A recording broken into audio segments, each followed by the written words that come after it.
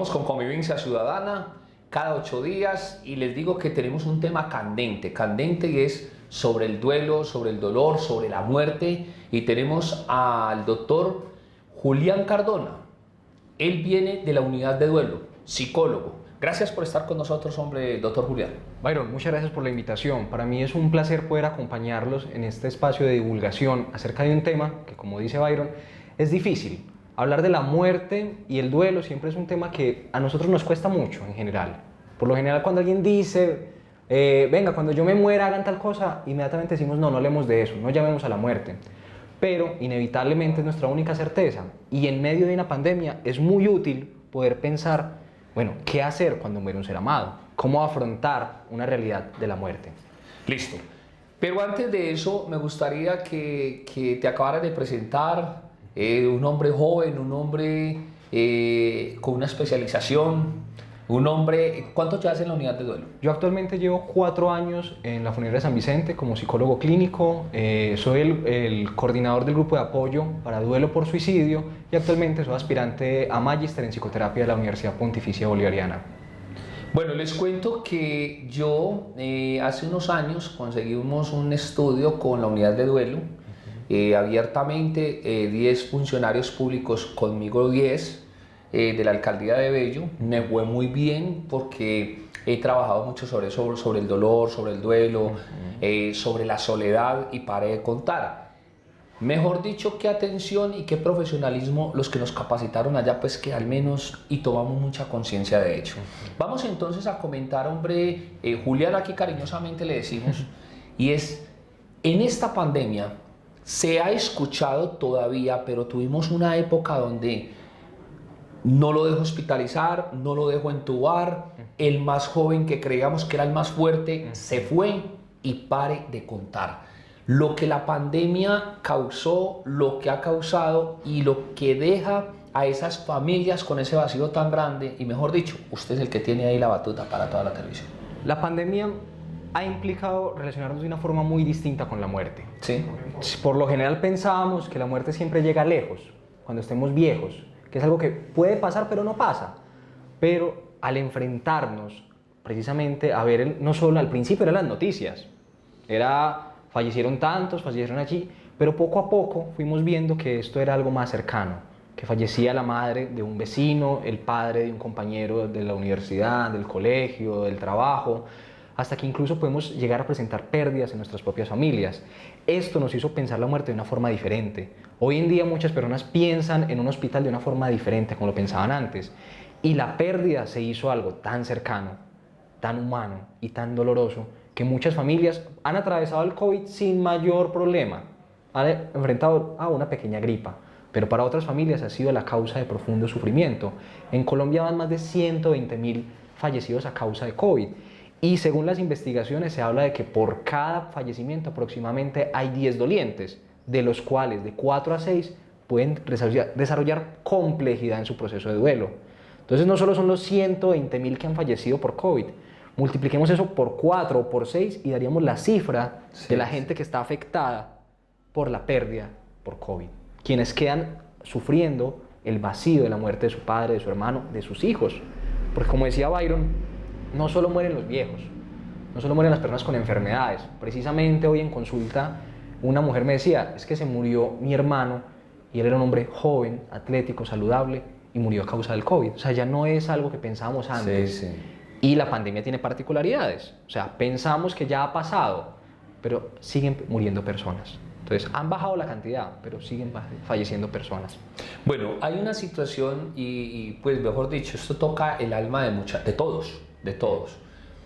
¿Qué hace en esos momentos cuando la gente lleva interna ese ser, cuando entuban otra gente que no se murió, que los conozco y muchos, pero estuvieron en ese proceso que los entubaron? Se descompone ese núcleo familiar, también llega otra cuestión psicológica y dice, es que los médicos están recibiendo 30 millones de pesos, están recibiendo eso, porque me tocó incluso participar, y te lo cuento es porque me tocó participar con gente de la fiscalía, y como un hombre que ando por todo el país y con las denuncias, donde una falsa información llevó a unas capturas. ¿Por qué? Porque mentalmente volvieron la gente nada. Entonces ya era, no lo dejen sacar, no lo dejen llevar, y lo otro es, ¿qué causa tiene en ese hogar psicológicamente cuando el más aliviado fue el que se fue? Y también cuéntanos en algo, los paniqueados, porque hubo mucho paniqueado. Exacto. ¿Qué efecto causó eso? Mira, algo que es muy importante entender, cuando una persona necesita la hospitalización, puede llegar a dividir la familia. Los que dicen, dejémoslo acá, no lo lleven porque lo matan, allá no lo van a matar, Sí. es un temor que se divulgó mucho. Y quienes dicen, no, hay que llevarlo porque requiere acompañamiento especializado, requiere acompañamiento médico. Yo en consulta tengo a las familias de aquellos que decidieron dejar a su ser querido en casa y aquellos que decidieron llevarlo al hospital y que en ambos casos murieron. En el duelo siempre aparece la culpa. Eso. El famoso si hubiera. Siempre que muere un ser amado enfrentamos la idea de si yo hubiera hecho esto sería diferente. Hace unos 2 o 3 años recuerdo una paciente que me decía, es que si yo hubiera llevado a mi papá no a esta clínica sino a esta otra, él estaría vivo. Y yo le decía, bueno, es que en esa otra clínica la gente no se muere. Ajá. Entonces, a veces uno siempre piensa que haciendo uno o lo otro va a ser algo mejor. Cuando un médico, sea el de médico en casa, el que llama por teléfono, evalúa que la persona necesita hospitalización, no es a mal, es porque en verdad ya el cuidado doméstico es insuficiente y necesita otros cuidados.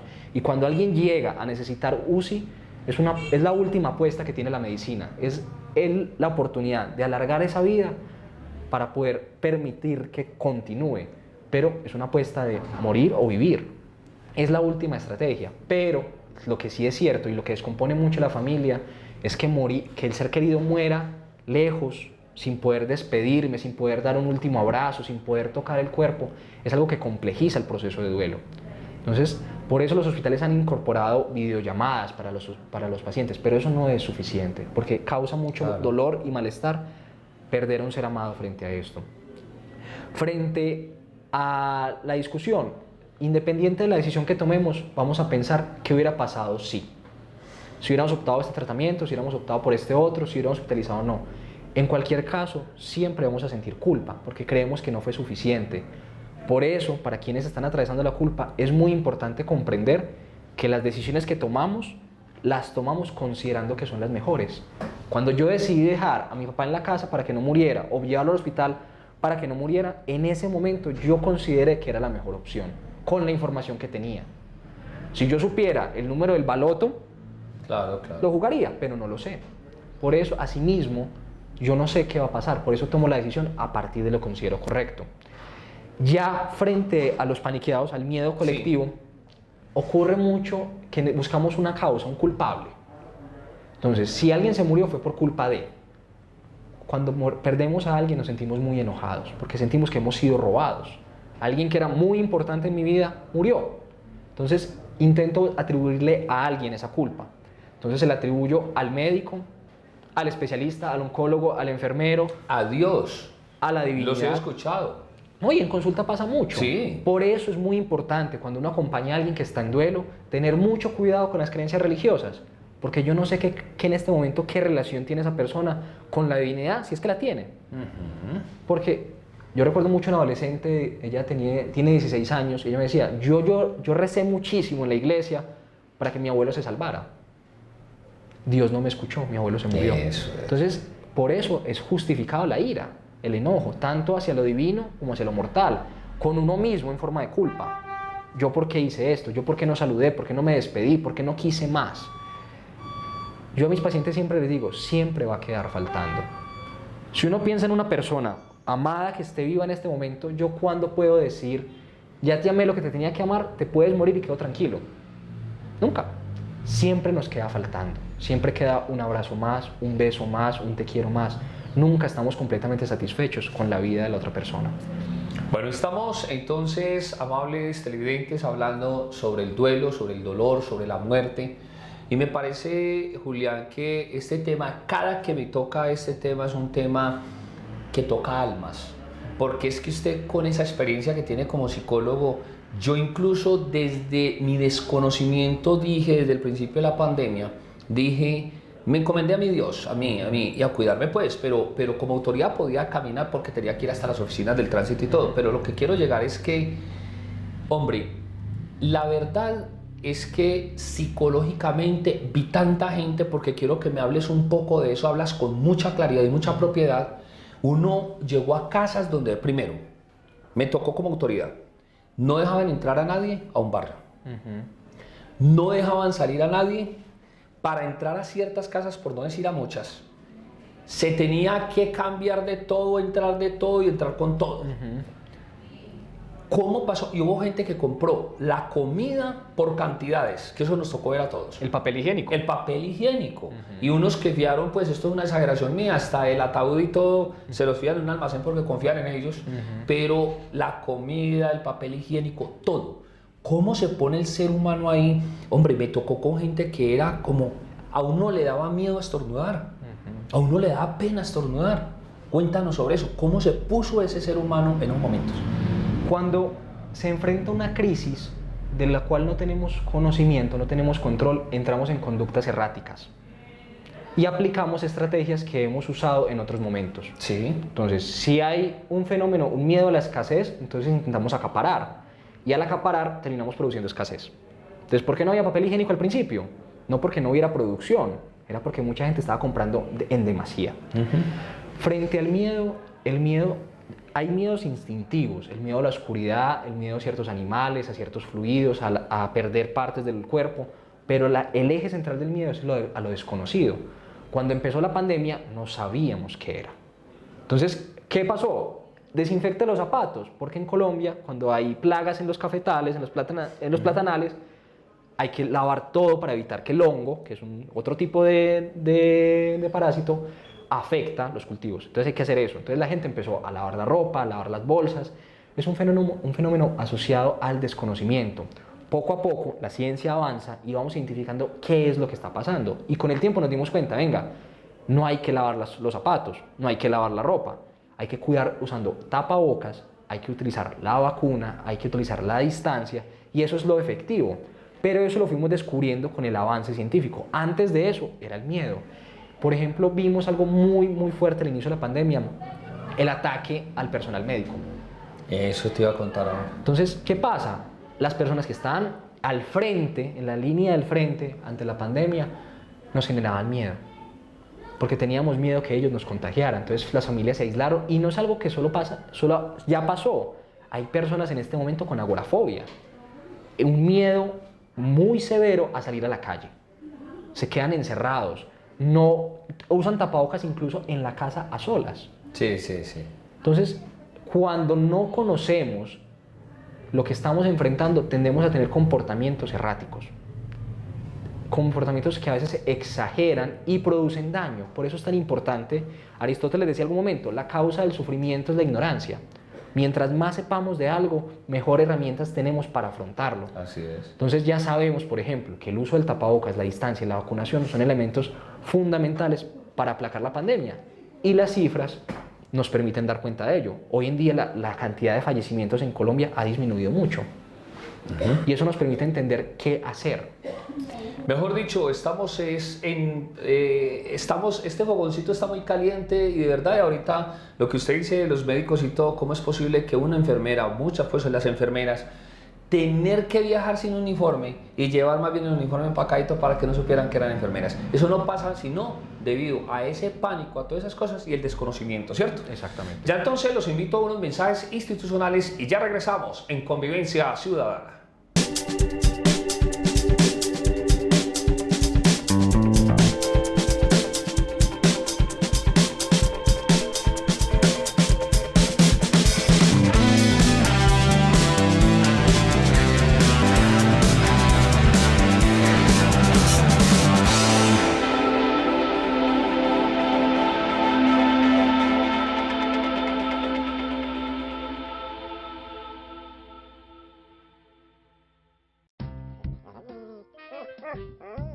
Rocky, lindo, Rocky.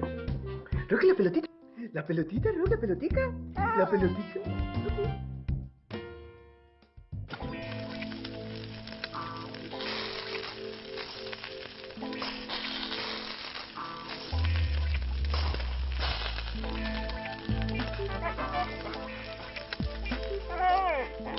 Llegó la televisión digital para todos, con una imagen real. TDT, la mejor señal está al aire.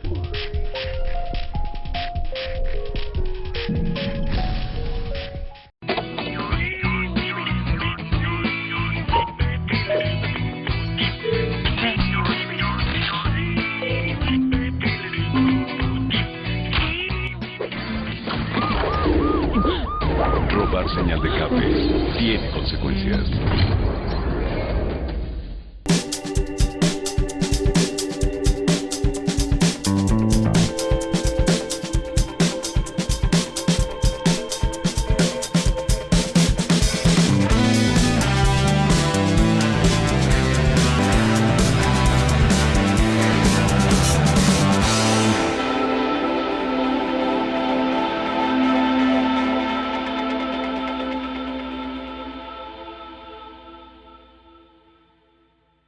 Estamos hablando hoy sobre lo que causó la muerte a mucha gente, no solamente con lo de la pandemia, sino a esos familiares que incluso culparon a Dios, al médico, a las enfermeras, al hospital, al que no le corrió, el porqué y la culpabilidad.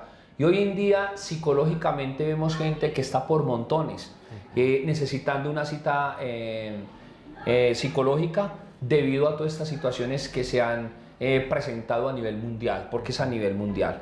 Yo quiero preguntarte, Julián, y ya vamos también a otro tipo. Está Julián Cardona, gran psicólogo de la Unidad de Duelo, y es decirte, pasemos al tema, ya hablamos y estamos hablando de la muerte, no nos vamos a ir tampoco de ahí del todo, pero se presentan unas cuestiones, el suicidio. Nosotros como autoridades nos dimos cuenta, y con compañeros del CTI, mucha gente se ha suicidado. Mucha gente se ha suicidado, incluso un caso de los muchos que he conocido de un hombre que prefirió suicidarse que para que los papás, él no tener que ver a los papás sufriendo por la situación.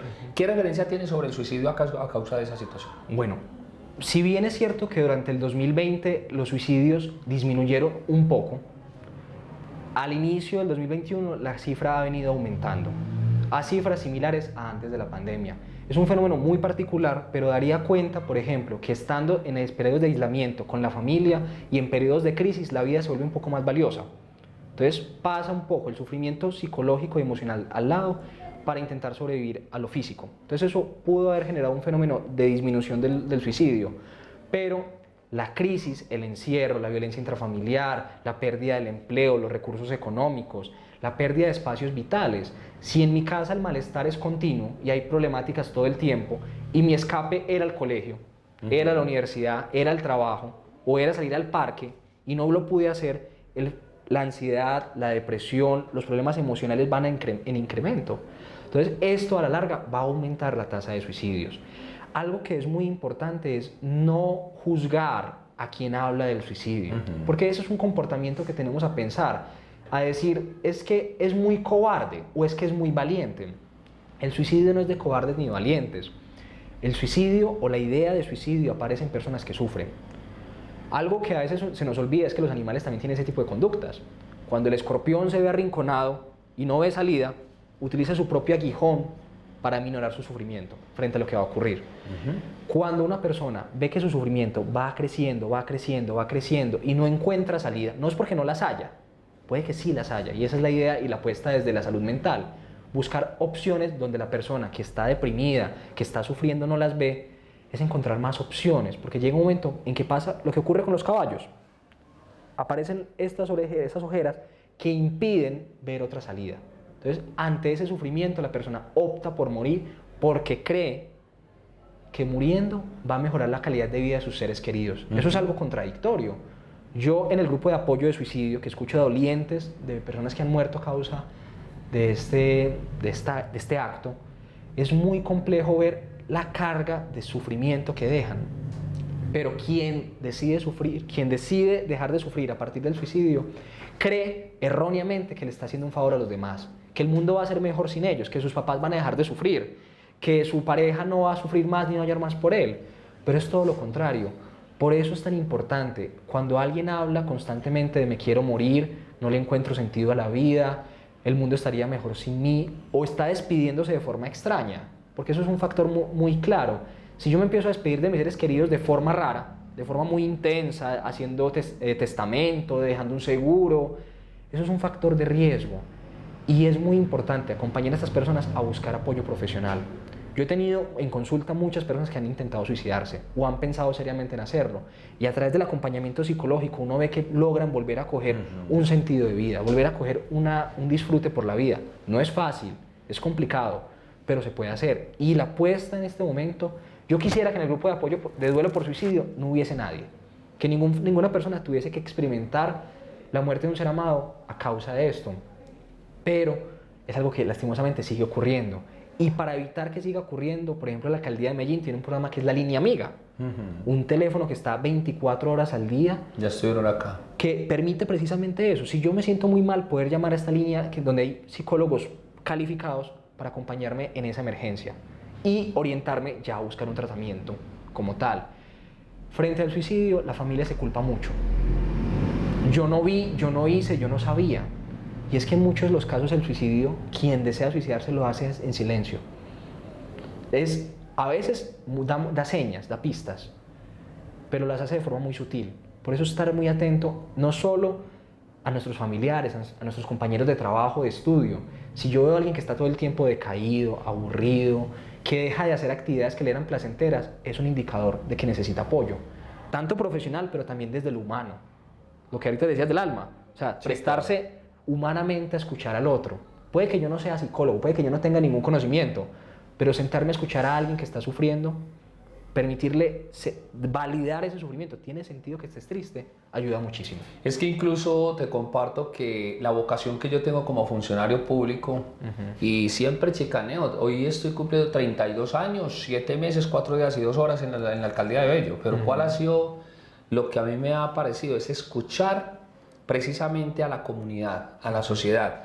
No tengo que ser en un momento del psicólogo, para eso están ustedes a nivel profesional, pero escuchar a una persona a tiempo es valiosísimo.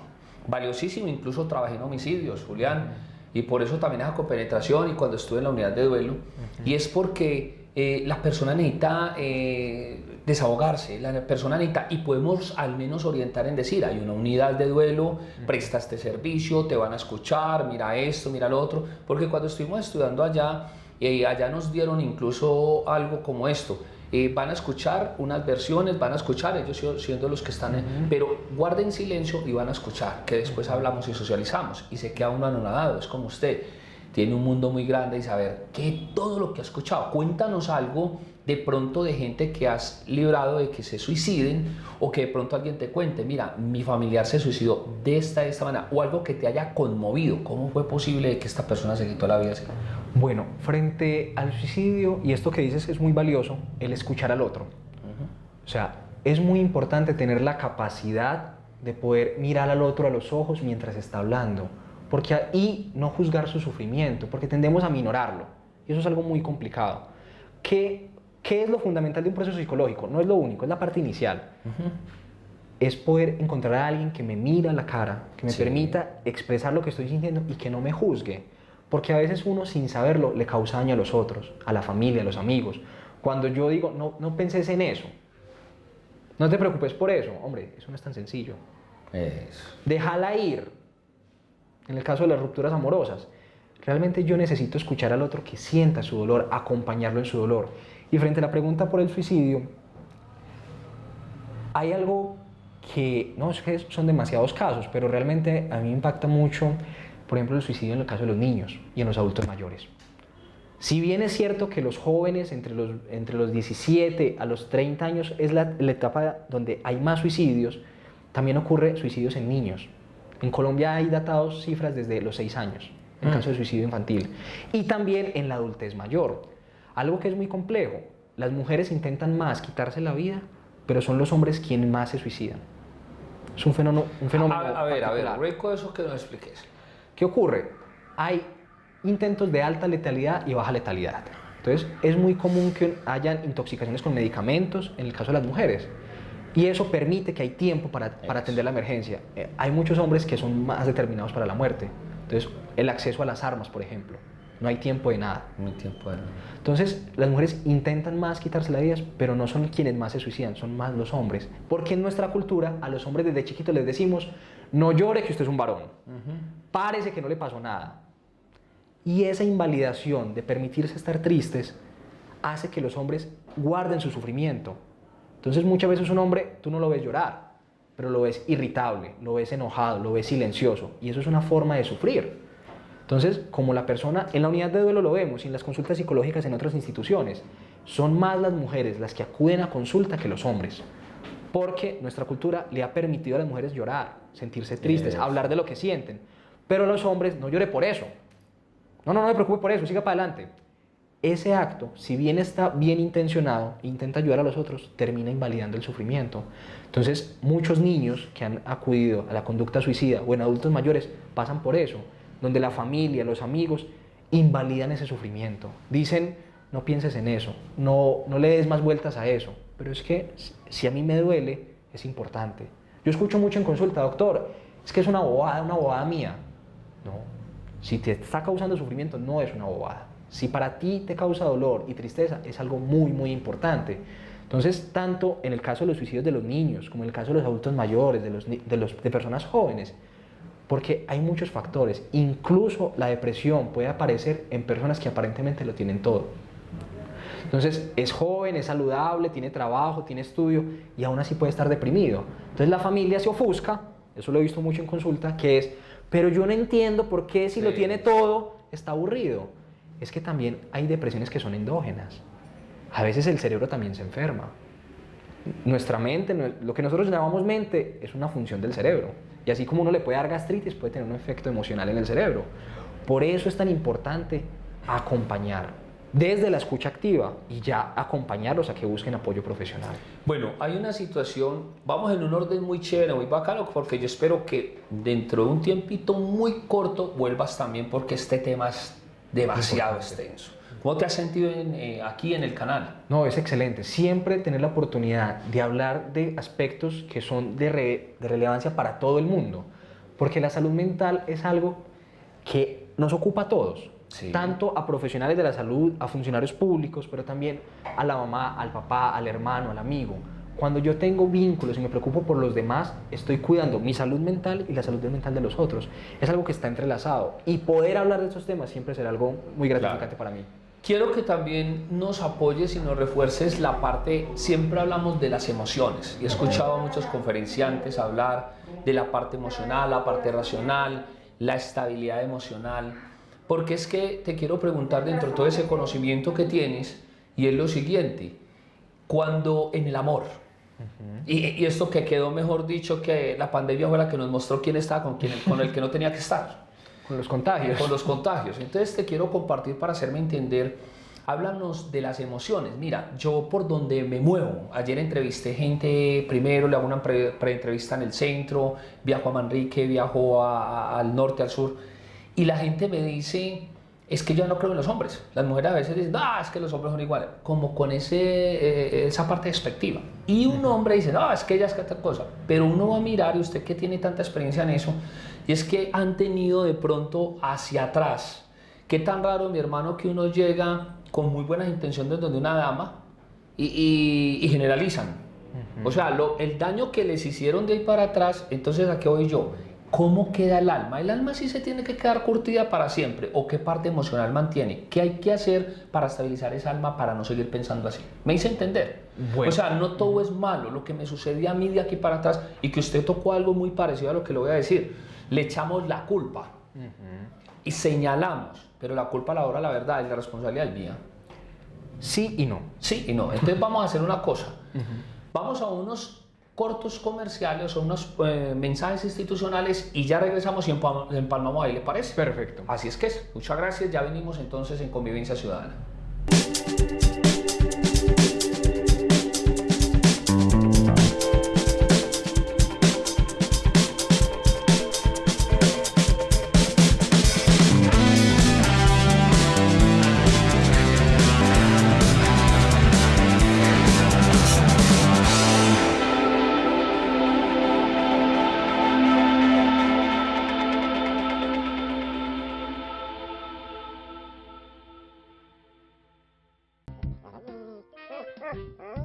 Rocky, lindo, Rocky. Rocky, la pelotita. La pelotita, Rocky, la pelotica. La pelotica. Rocky.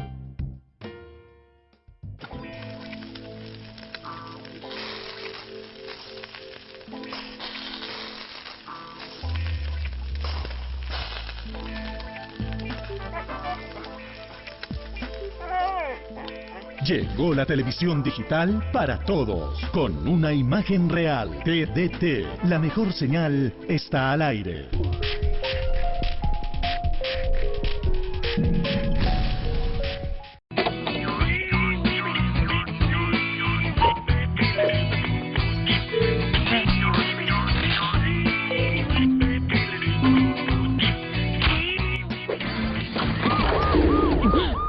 Robar señal de cable tiene consecuencias.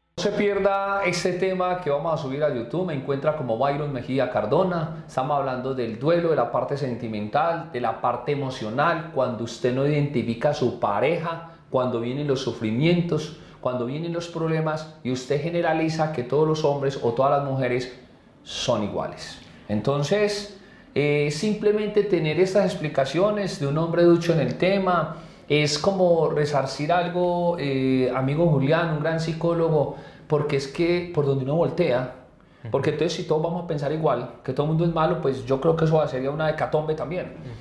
Cuéntanos dentro de la emocionalidad y estas personas que se encuentran unos días bien, unos días que no saben lo que hacer y qué puede pasar en ese sentido, y sobre todo cuando viene esa amargura, esa soledad por las relaciones sentimentales, que eso sucede por montones. Ok, con la pandemia ha ocurrido muchísimas cosas. Hemos visto aumento algunas veces de separaciones, hemos visto cambios en la forma de relacionarse. Ahora Sí. los aplicativos de citas han cambiado la forma de vincularse, pero también es muy magnificado lo que dices respecto a la generalización. Es muy frecuente que una persona frente a un sufrimiento específico tienda a pensar que otras personas son así. Entonces, si esta mujer me hizo sufrir, todas las mujeres son de cierta forma.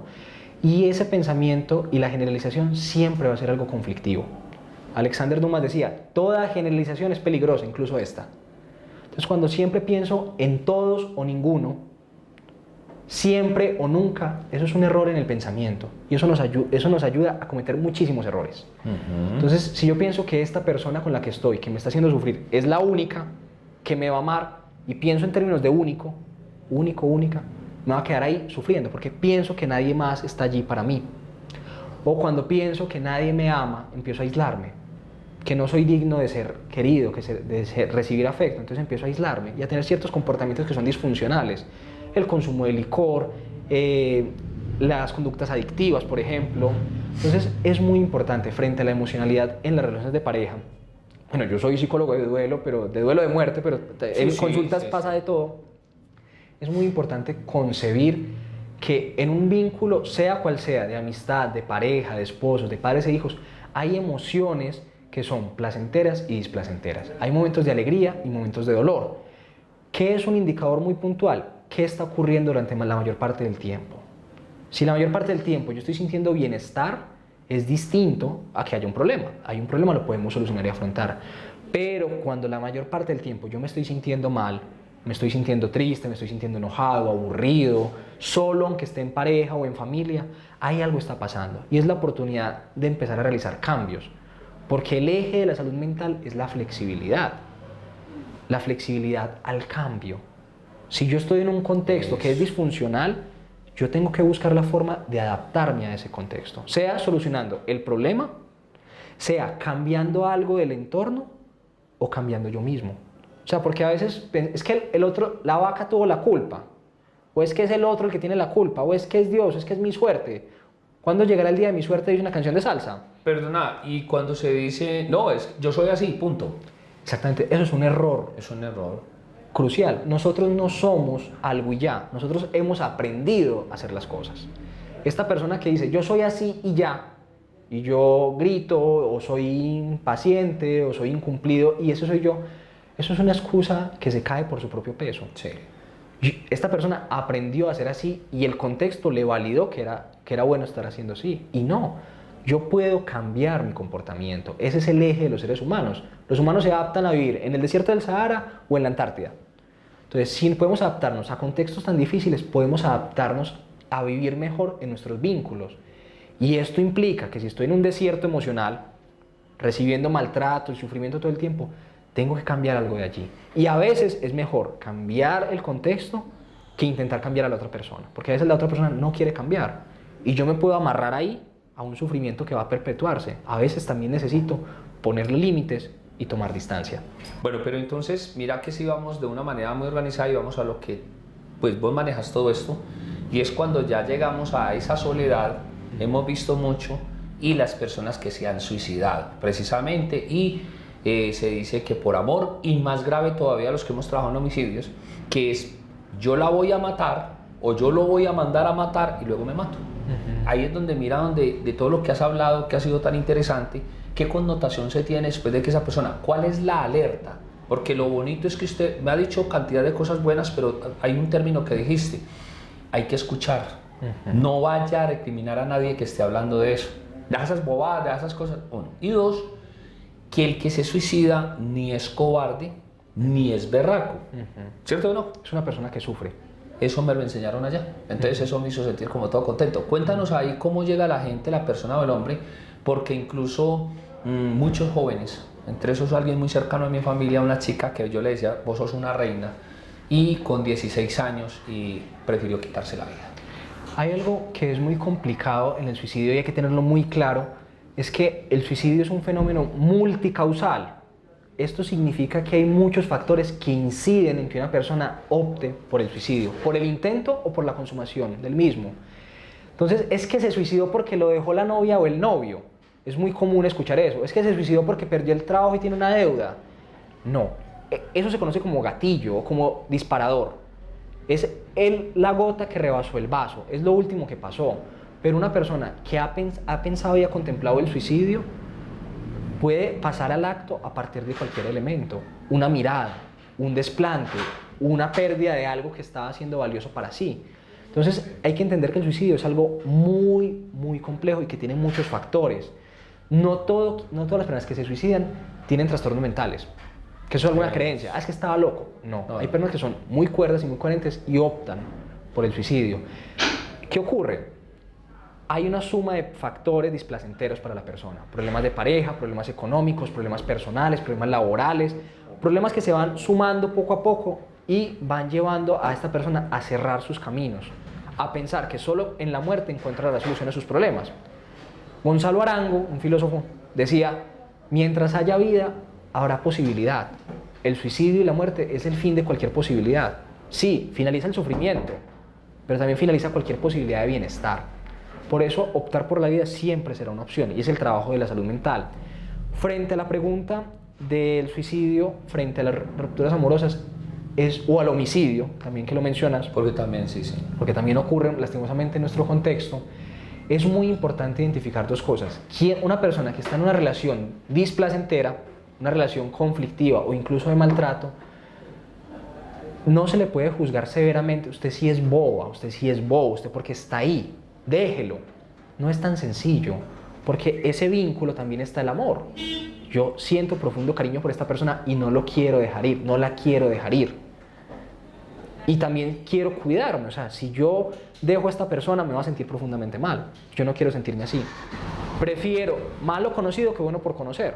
O sea, ya te tengo a ti, yo no quiero volver a experimentar la soledad.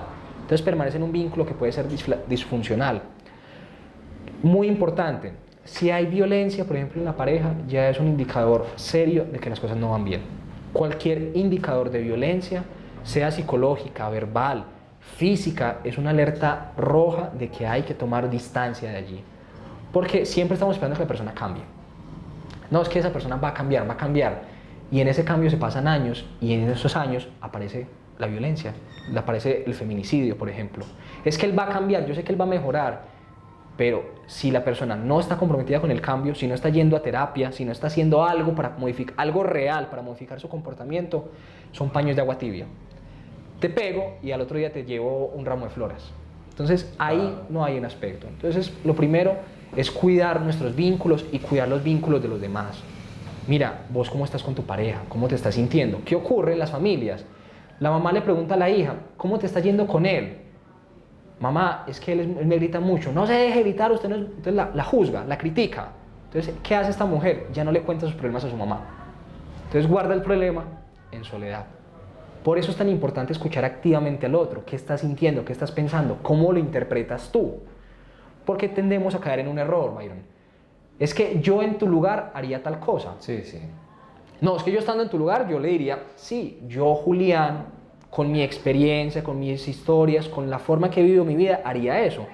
Pero tú, Byron, con tu experiencia, con tus vivencias, harías otra cosa. Por eso la empatía no es ponerse en los zapatos del otro, es ponerse en la historia del otro. El otro cómo ve lo que está pasando. Porque yo desde mi historia lo veo de forma diferente. Por eso, si yo quiero acompañar a alguien que está en una relación disfuncional, es muy importante comprender por qué está allí.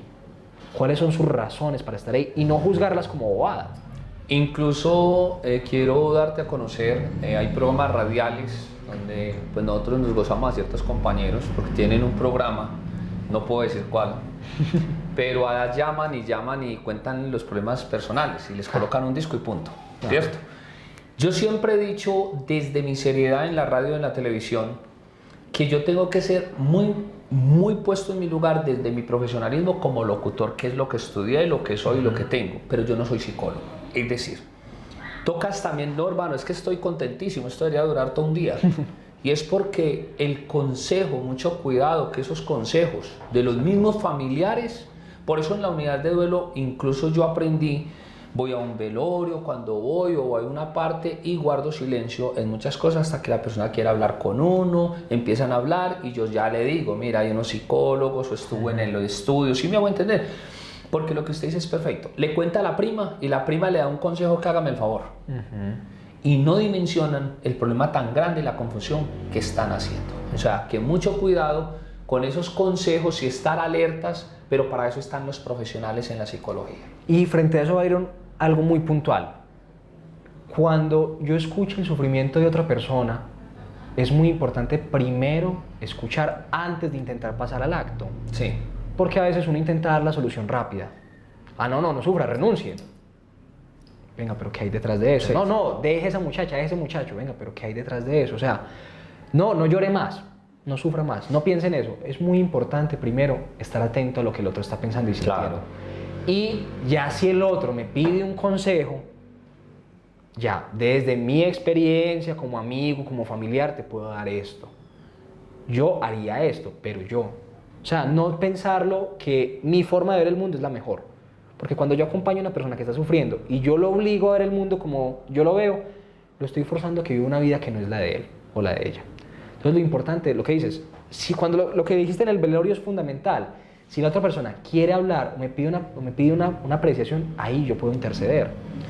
Entonces es muy importante precisamente eso, estar atento a lo que el otro está sintiendo.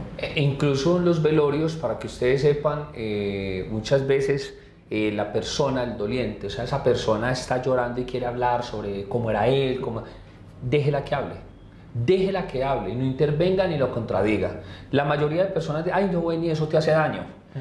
No hables más sobre eso. Otras dicen, tómate esta pastilla, fatal. Usted es el que sigue ahí la batuta, ¿cierto? Sí, hay muchas creencias en nuestra cultura frente al duelo.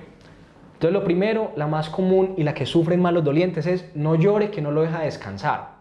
No llore que no lo deja alcanzar el cielo, no llore que te vas a enfermar. Ante eso yo les digo, miren, ¿qué es lo primero que hace un ser humano cuando nace? Llorar. Llorar. Cuando de chiquito se nos cae la paleta, el bombombún, Sí. lloramos. De adolescentes cuando perdemos nuestro primer amor, lloramos. Entonces, si yo he llorado a lo largo de mi vida por tantas cosas, ¿por qué no va a llorar la muerte de mi mamá, de mi papá, de mi hermano, de mi hijo? Es que sufre en el más allá. Venga, de eso no estamos seguros. Nadie ha muerto y ha regresado para contar la historia. Lo que sí es cierto es que cuando una persona llora, descansa. Cuando yo lloro, después de llorar, ¿me sigo sintiendo triste? Sí, pero ya el malestar ha disminuido. Entonces lo que dices, cuando alguien esté llorando por la muerte de su ser amado, permítale que llore. Y no solo en la velación, no solo en los primeros 7 días, la primera semana. Un duelo toma tiempo y esfuerzo. No piensen que porque una persona ya lleva 6 meses tras la muerte de un ser amado, ya tiene que estar bien. No. El ejemplo que yo utilizo mucho es, si yo me quiebro las 2 piernas en un accidente, fracturas graves, ¿cómo estoy a los 6 meses? ¿Trotando? ¿Corriendo? ¿O todavía intentando recuperarme? Sí. Entonces, si un hueso se demora tiempo en sanar completamente, ahorita que lo decías, el alma, nuestras emociones, ¿cuánto se demoran en adaptarse a una vida tras la muerte de un ser amado? Toma tiempo. Por eso es muy importante, quien necesite llorar, que llore, que se desahogue. Y también, quien no necesite llorar, no obligarlo a llorar. Que alguien no llore no significa que no lo quería. Tendrá otras formas. Ya regresamos en Convivencia Ciudadana sobre este tema tan importante, tan interesante.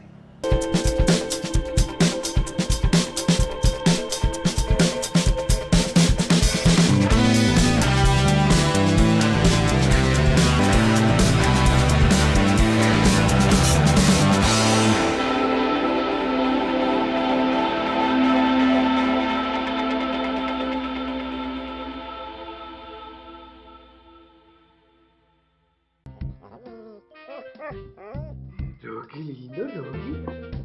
Rocky, la pelotita. La pelotita, Rocky, la pelotica. La pelotita.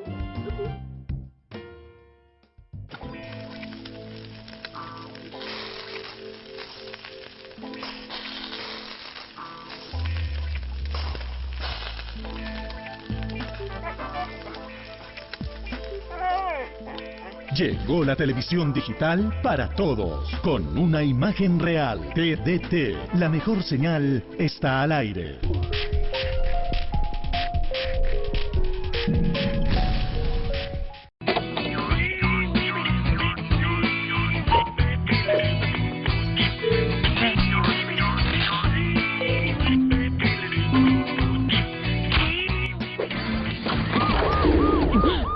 Robar señal de cable tiene consecuencias.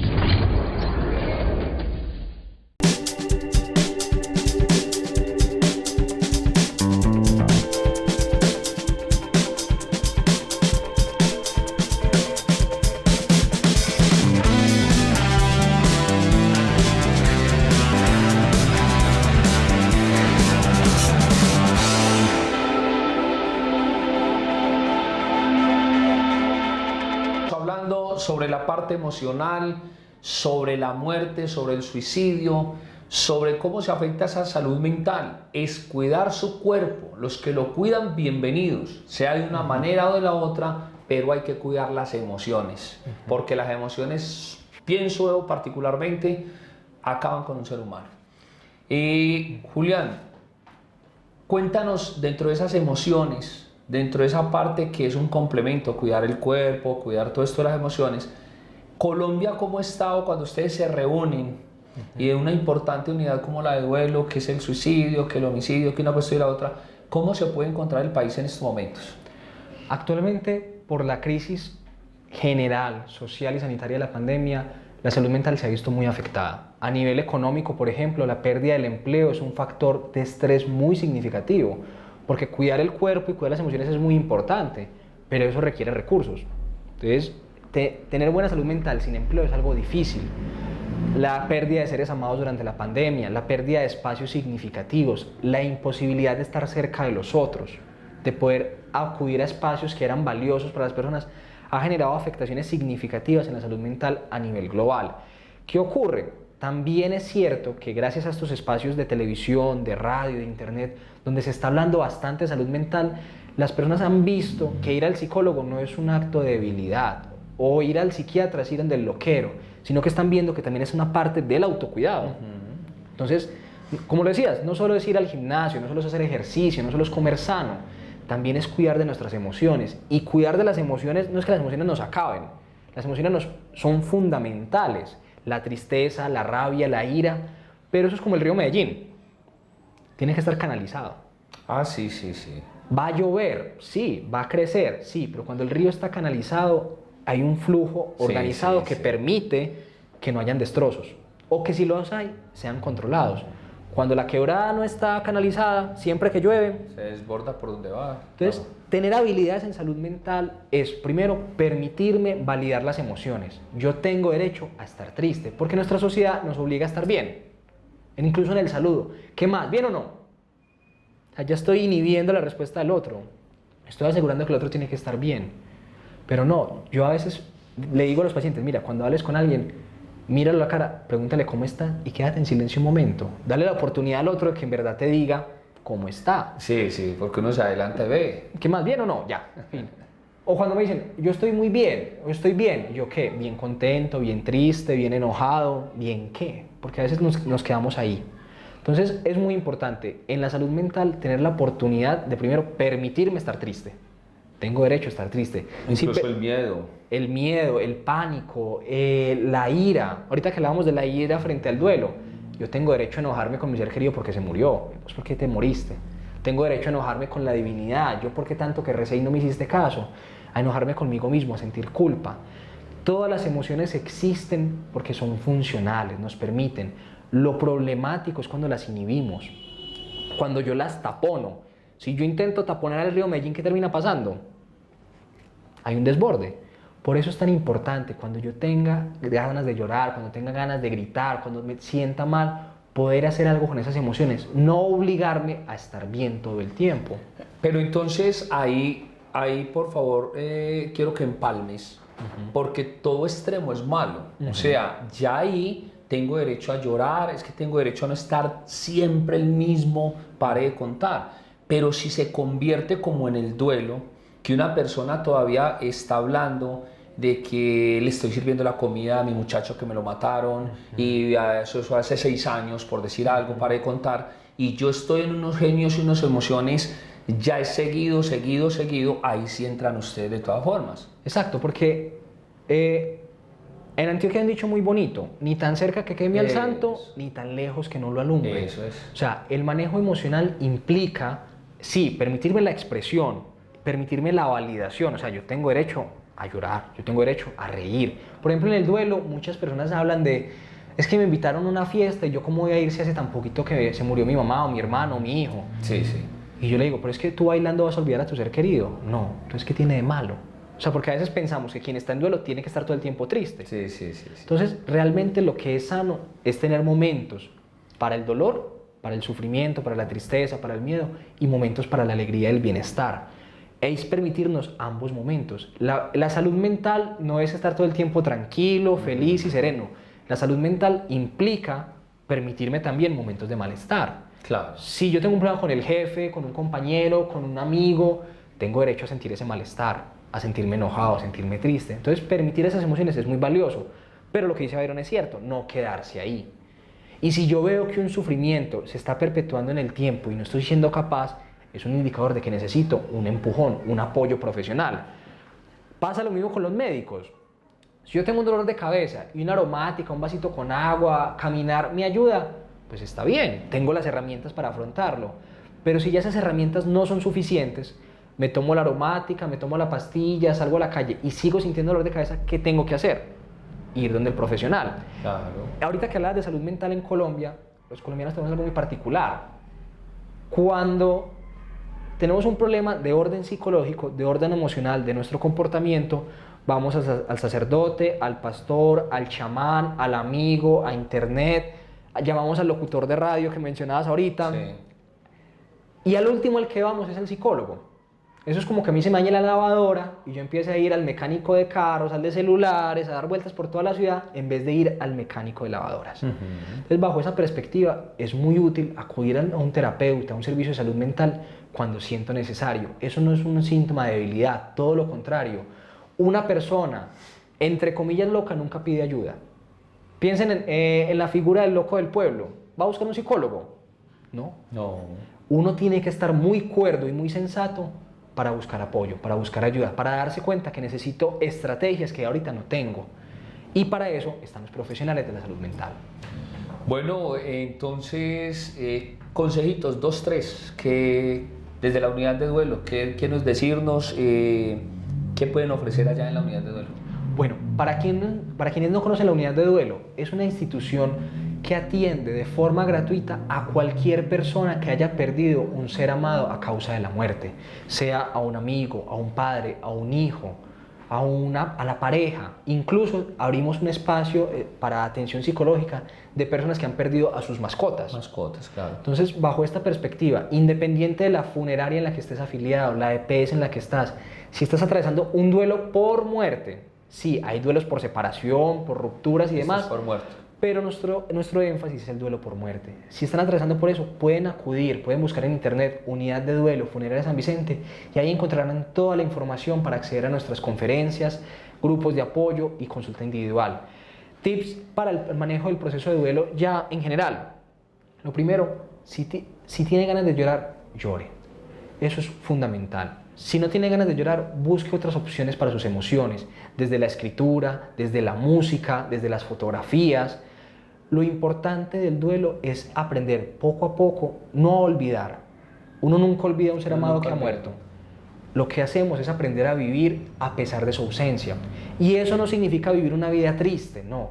Siempre me va a hacer falta mi ser querido, pero eso no implica que yo tenga que vivir una vida triste, aburrida, deprimida el resto de mis días. No, aprender a recordarlo con muchísimo cariño, con muchísimo afecto, sin tanto dolor. ¿Quedará dolor? Sí. Pero la idea es que ese dolor no nos incapacite, no nos impida vivir la vida, que podamos recordar a nuestros seres amados sin sufrir tanto. Y si sientes que no estás siendo capaz de manejar tu proceso de duelo, los psicólogos de la unidad de duelo y nuestros espacios terapéuticos están abiertos para ti. Julián, muchas gracias por haber estado en Convivencia Ciudadana. Con todo el gusto, Byron. Para mí es un placer acompañarlos en este espacio. De verdad que sí, muchas gracias, muy agradecidos con la dirección general de Andrés Felipe Jiménez, nuestro coordinador general, nuestro gran camarógrafo K8 Díaz, Jairo Gutiérrez y por supuesto a Cindy Jauregui y también el acompañamiento y el apoyo de Adriana Echeverri. Este amigo de ustedes, Byron Mejía Cardona, muchas gracias y hasta la próxima en Convivencia Ciudadana. Dios mediante.